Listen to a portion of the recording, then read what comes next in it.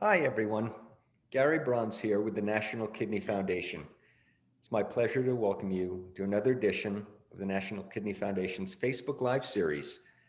Today, we'll be discussing transplantation and specifically living well long-term with a transplant. My guests today include Dr. Gaurav Gupta. Dr. Gupta is a transplant nephrologist or kidney doctor from Virginia Commonwealth University.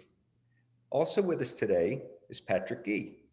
Patrick's a kidney transplant recipient who received his transplant, I guess it's coming up on about 3 years now, Patrick, is that right? Yeah, April the 17th of 2017. Yeah, it was 3 years.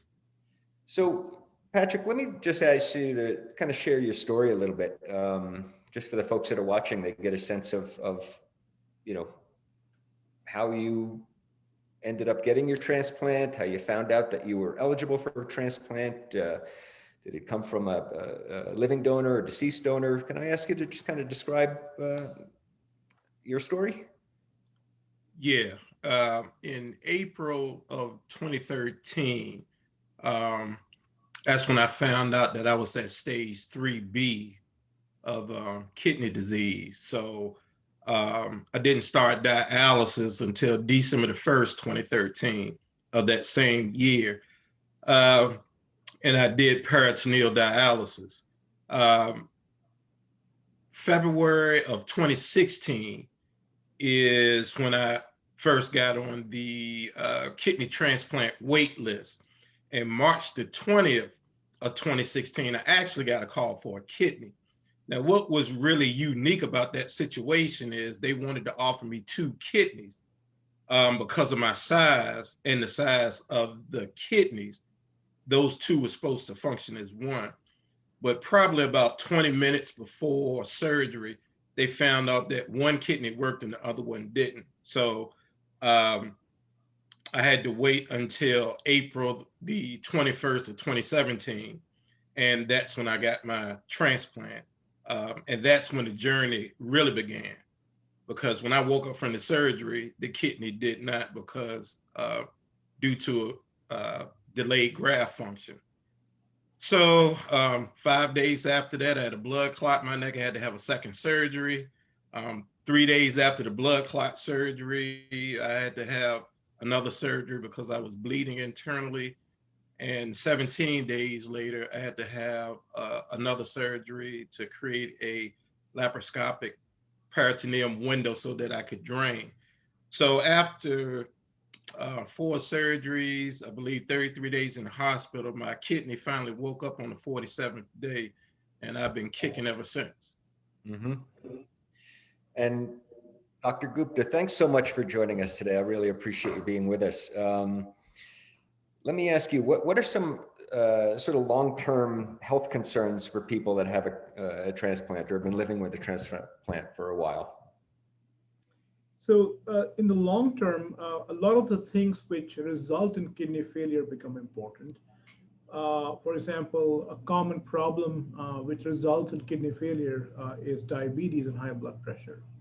So those problems will continue to be issues post-transplant, and they require management and more effective control probably than before transplant, because to prevent the same things from happening again.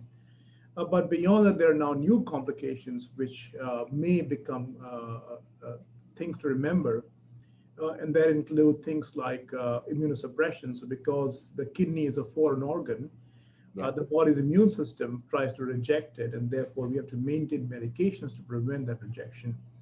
And those medications, although they're very effective and largely safe, they do carry some side effects. In the long term, they may precipitate infections and rarely some cancers. So therefore, it requires a lot of close follow-up initially and then less and less often over time. But nevertheless, the observation and a close follow-up with the physician is always necessary post-kidney transplant. Yeah. Do you have any recommendations for people that have to remember? I mean, it's a lot of medications quite often, right? So anything that you can say to people that need to remember to take their medications or the importance of that? Yeah, so that's a major challenge. In the long term, if you look at of all the kidney transplants that are lost over 5 to 10 years of transplant, unfortunately, half the transplants are lost because of non-adherence to medications. So it's clearly a major challenge, and there are both challenges of the number of medications, as well as the ability to afford them in some cases, which may become a problem. So with regards to ensuring that how can you be adherent to your medications, every transplant center like ours has a big system to try to ensure that we can maximize adherence. And the way we do that is by constant education, by pharmacists, by social workers, by nurses, as well as physicians to ensure that. So what we also encourage our patients to do is to always maintain a pill box, which is filled out every few days, and Patrick can talk about that in more detail. And then beyond that, there are now newer, smarter applications on smartphones, which can actually give you reminders and periodic messages to ensure that the patients can keep taking their medications and not forget to take their doses. Right. Okay, thank you.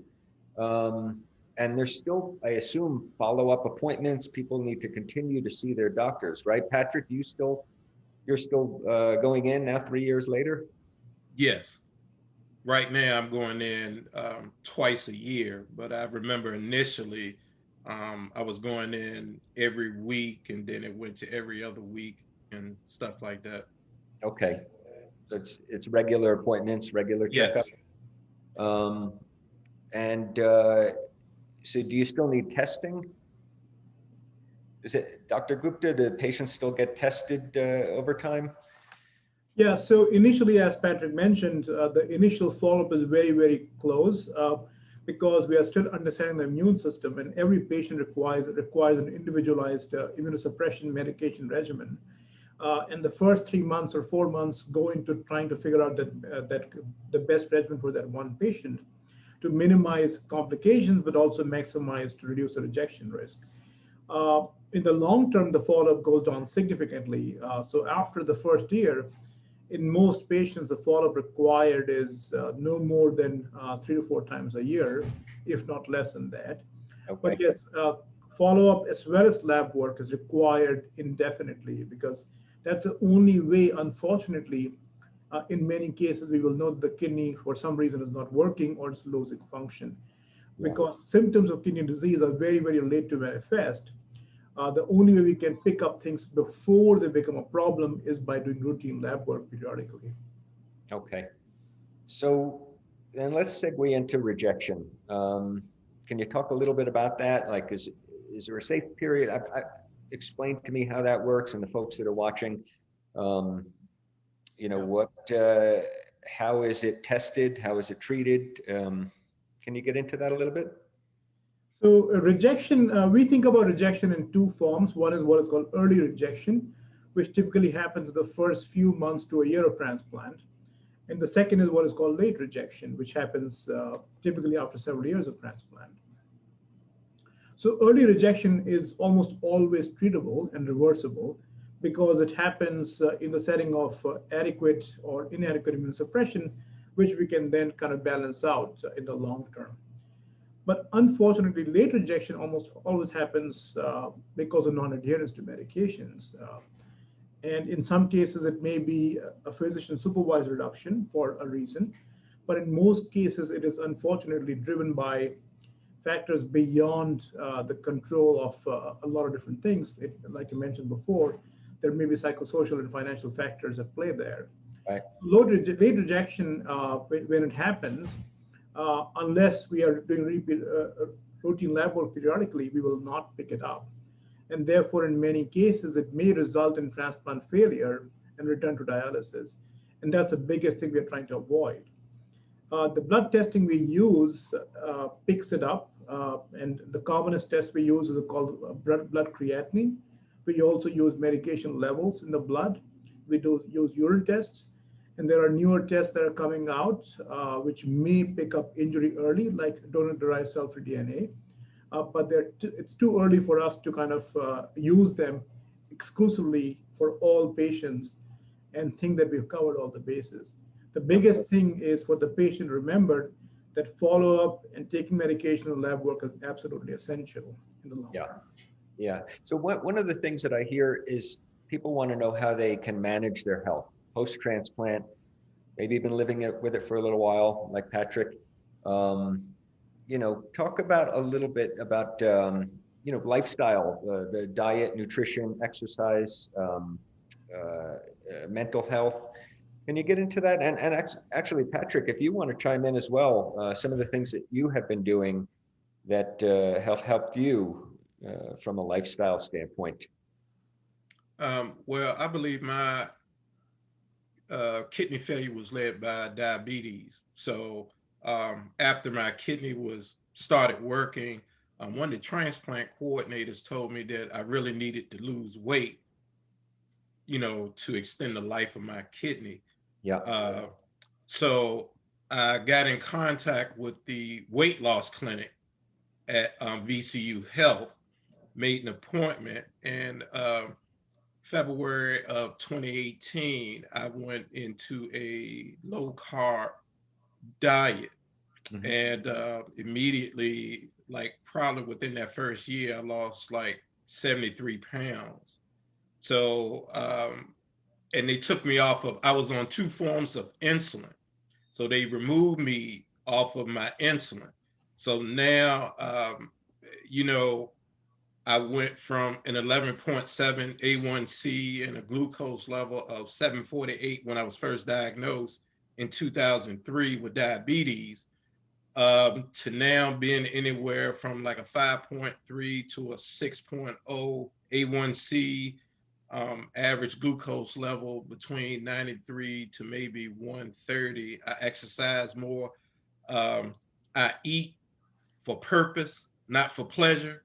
Yeah. So, and it all encompasses everything, mental dexterity, more clarity, more focus.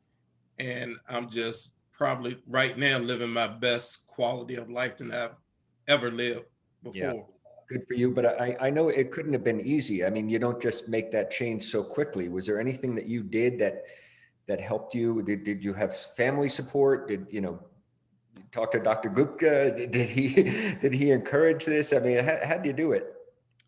Yeah, being that the weight loss program is in the same hospital and they work hand in hand with the transplant center, I have my wife's support, but I also have 5 children and 9 grandchildren.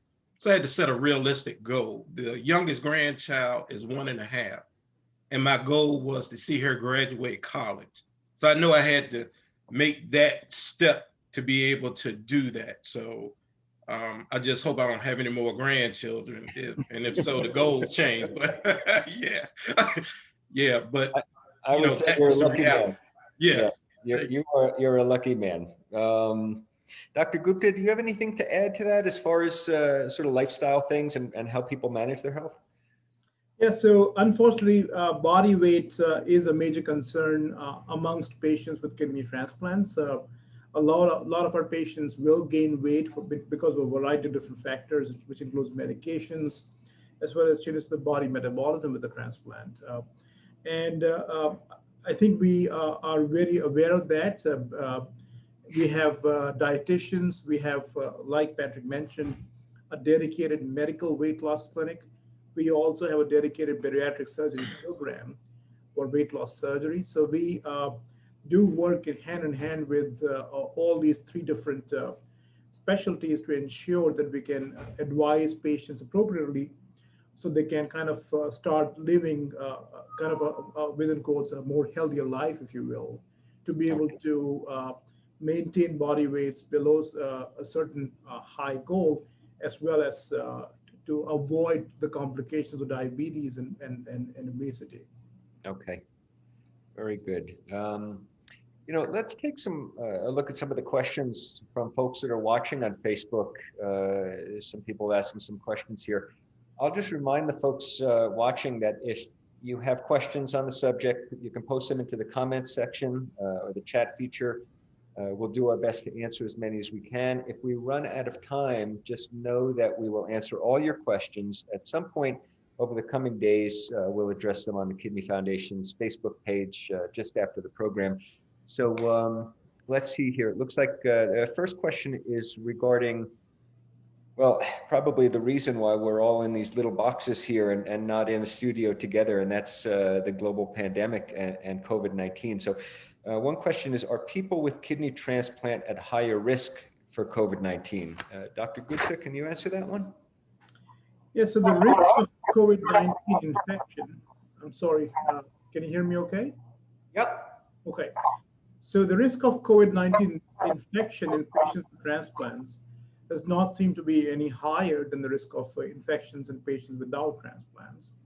But we do believe that the risk of complications and more severe illness is higher in patients with transplants. Having said that, that risk of severity remains similar or slightly lower than patients on dialysis.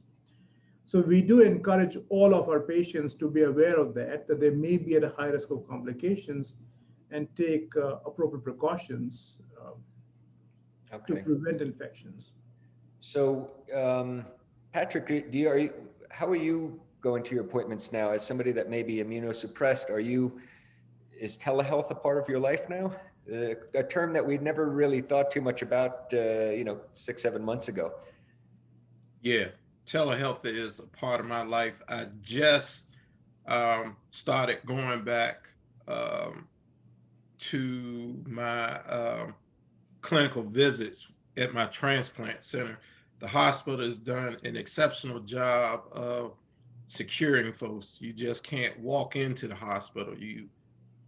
They've taken a lot of safeguards beyond even social distancing to ensure patient safety. So it does feel like normalcy is, starting to come back. Yeah. Here's a question. How much water should transplant patients drink each day to be healthy? Well, I know for myself, I drink a gallon of water a day.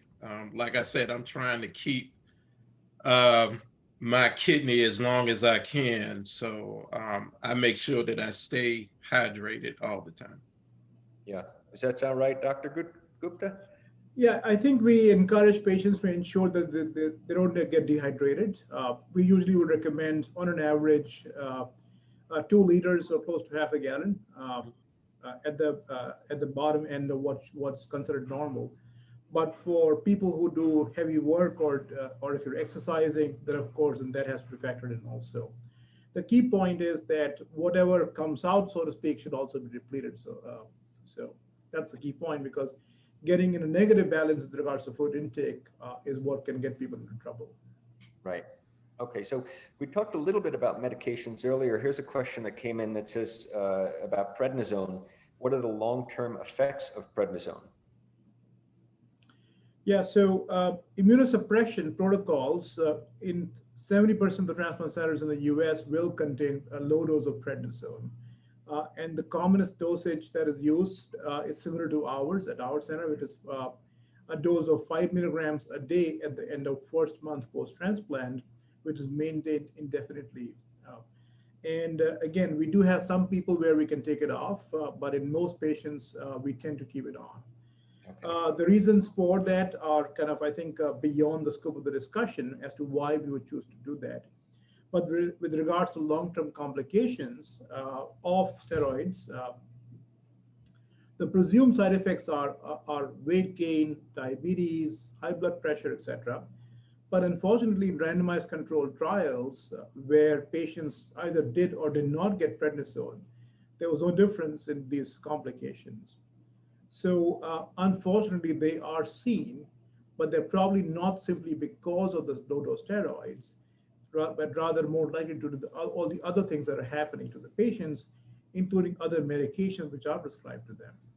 But yes, they are well known, unfortunately. Okay.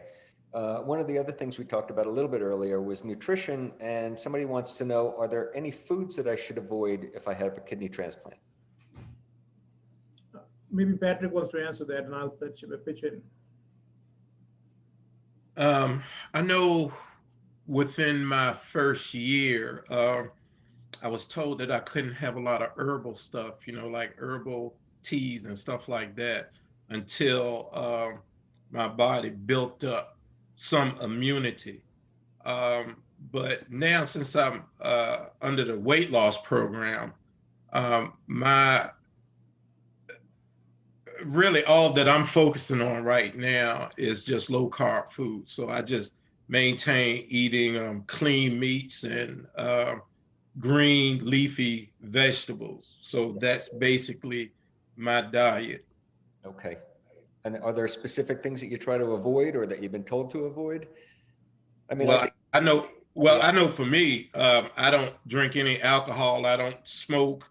I make sure that I'm not in any unhealthy environments, and I try to stay, even in the midst of COVID, I try to stay as stress-free as I can, because I can understand that in COVID self-isolation, sometimes it'll cause people to eat emotionally, to panic eat or eat out of stress, and point. that's how your health can quickly go out of whack. Yeah, great point. So we got an interesting question here. This one comes from a donor who wants to know, am I at increased risk for COVID due to having only one kidney? And I know that there's, all organs are have been affected by the coronavirus. Dr. Gupta, can you address that one for this donor? Yes, so as of now, there are no published data to support that donors may be at a higher risk of getting COVID. Most donors are overall very healthy, and they usually have pretty good kidney function despite having one kidney, which is why usually they're chosen to have been donors. So, from my opinion, I think the risk of getting COVID or getting complications of COVID should be no higher than the average person. Okay, very good. Let's see here. This one says, what is the most common cancer seen post-transplant? Comfortable answering that one, Dr. Gupta? So for fair-skinned people, the commonest cancer is skin cancer, and they come in two varieties: squamous cell carcinomas and basal cell carcinomas. So mostly on exposed parts of the body where there is sun exposure. So all of our patients who are Caucasian and or fair-skinned, we always refer them to dermatology, to skin specialists, to be seen every so often. We also strongly recommend that they always use sunscreens with SPF 30 or higher to protect themselves when they're out in the sun to avoid that complication. Right. Amongst other cancers which are seen, and they are much rarer, are complications of viral infections. The commonest among those is something called lymphomas. It's a kind of blood cancer which is seen in a very small proportion of patients with transplants. But we are aware of who may get it, and we counsel patients who get transplants with those risk factors appropriately, and we also monitor them regularly to avoid those issues developing. Thank you very much. So in the instance of time, Patrick, I just want to ask you, do you have anything else to say for people that either have been living with a transplant, maybe are waiting for a transplant, from your experience? Yes, for me, one of the, other than being healthy and being grateful for another chance at life, I think probably one of the biggest things that need to be done is the establishment of a patient-physician relationship. I know for myself, getting a transplant is a very scary situation. And just even going through the evaluation, I can say that VCU Health and my transplant team, they were very engaged. They didn't look at me as a patient. They looked at me as a person first. They treated me with empathy and as an individual. I was never dehumanized. They went over and beyond. And even after my transplant, some of the recommendations that Dr. Goop and the care team did, as far as recommending me, to the weight loss program, which showed me that they were caring for they were showing compassion for my long-term care. Yeah. And it was very empowering and motivating, you know, for the first time in my life to actually have a care team to be able to do this. So for me, my primary care, my transplant team, and my weight loss physician all work in the same hospital. They all communicate together. So it's like one big happy family that I can turn to, you know, in the midst of any medical crisis or, you know, any advice that I need. So I would encourage those that are seeking transplant, those that are even on dialysis, suffering with kidney disease, to incorporate that along with your care partner or caregiver into that, so you can just really be able to strategize your best quality of life. Great. Great. Thank you. Thank you for sharing that, Patrick. I really do appreciate that. Dr. Gupta, let me see. I just want to give you, you know, we've got a couple minutes left here. A few questions have been rolling in while Patrick was talking. One of them says, do you have to avoid tuna if you have a transplant? So in the first few months of transplant, we are somewhat more cautious about diet. We recommend avoiding raw foods. So for example, raw fish would be something which we would recommend avoiding because the immune system is still fairly weak. But in the long term, we do not have strong objections against foods, especially if they're at least steamed, and for raw vegetables, they're well washed. Beyond that, the other thing we recommend avoiding is grapefruits and grapefruit juice, because in most cases they interact and cause underexposure of some of our medications for rejection. So those are the few things which we do recommend in dietary modifications. The last thing which we would recommend for all patients with a transplant in most cases would be a low salt diet. So salt clearly is a problem for most patients with kidney disease because it promotes high blood pressure. And we definitely recommend that that should be no more than moderate to low intake. Yeah, yeah, and I know that there are some substitutions for salt, you know, that will enhance the flavor of the food. In fact, we have a lot of information on the National Kidney Foundation's website. If you just type in simply nutrition in the search feature, you'll be able to see a lot of those alternatives to salt. So one last question here, and then I'll let you guys get back to your lives.